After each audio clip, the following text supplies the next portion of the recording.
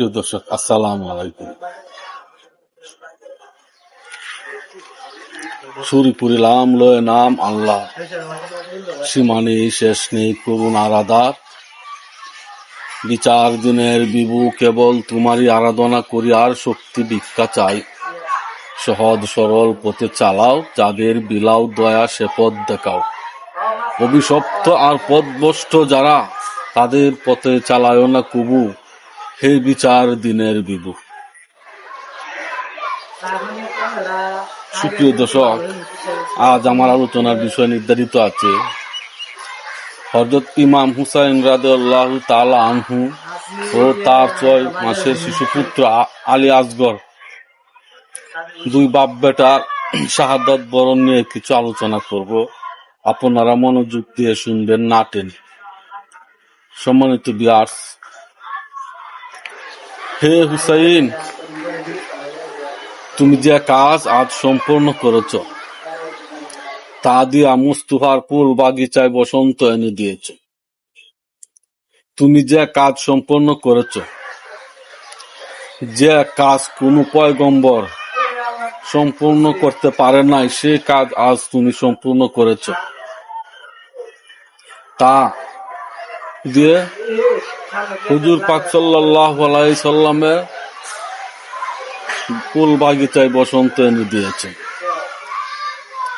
দেওয়ানা কাজা আমঈনুদ্দিন চিশতি রহমতুল্লাহ আলাইহি।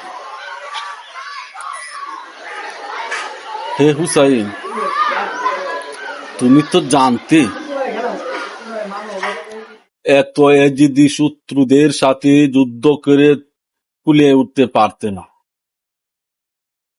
কিন্তু তুমি যুদ্ধ করে শাহাদাত বরণ করে গেছ। তুমি যুগে যুগে ইতিহাস বরণ করে দিয়েছ। যাহার শক্তি তাহাই তুমি করেছ।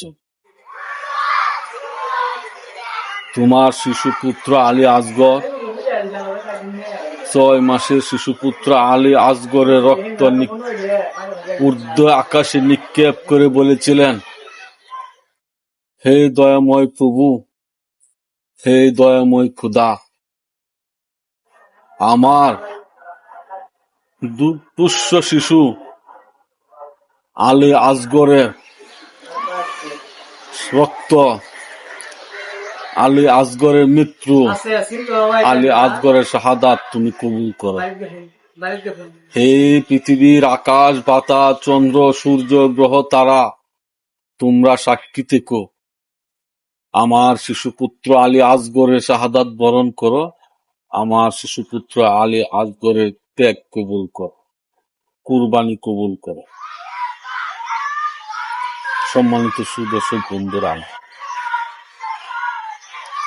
একটি কথা যদি না বলি নাই হয়, সে কথাটা হলো এই কারবালার ঘটনা নিয়ে যদি কিছু বলতে হয়, বলতে গেলে অনেকের বুকে ছেলের মধ্যে যায় দিতে বিদলে বিদতে পারে, ভাবতে পারি না।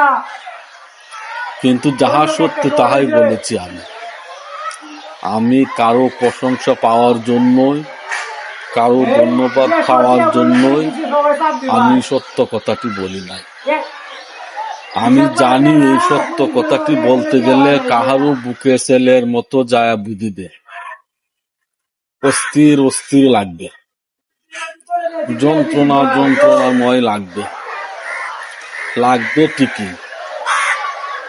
কারণ তারা তো শিশুপুত্র আলী আসগরের হত্যার যে পাপ, এই পাপের পাপ চিত্ত তারা, হুসাইন রাদিয়াল্লাহু তাআলা আনহুর মৃত্যুর যে পাপ, এই পাপের পাপ চিত্ত তারা কিয়ামতের আগ পর্যন্ত তাদের বুকে ছেলের মতো যায় বিধিবে।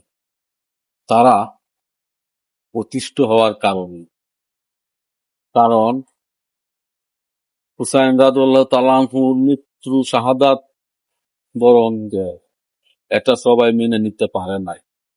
যুগে যুগে পৃথিবী যতদিন থাকবে ততদিন ইমাম হুসাইন রাদিয়াল্লাহু তাআলা আনহুর মুহররমের 10 তারিখ পালন করবে।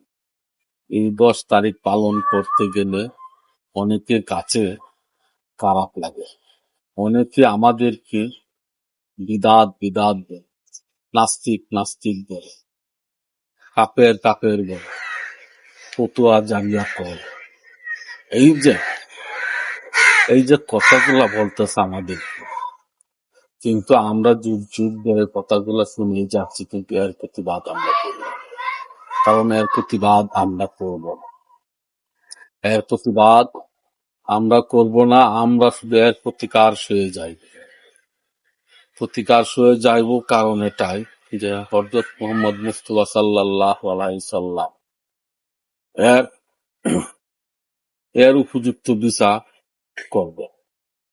এর জন্য আমরা এই প্রতিবাদ করি না, প্রতিবাদ করব না। আমাকে এরা যাই বলুক বলতে পারে, ভাবতে পারি না আমরা। হলো, আমরা যদি নবীর উম্মত হয়ে থাকি, আমরা যদি রাসূলের উম্মত হয়ে থাকি, আমরা যদি মুসলমান হয়ে থাকি, তাহলে আমরা এটা সহ্যই করব। কারণ পরিস্থিতি বাধ্য, সহ্য না করে থাকতে পারছি না। আমরা এই নিয়ে যদি মুখ খুলি, আমাদেরকে কাপের কাপের বলে সম্বোধন করবে। ধন্যবাদ।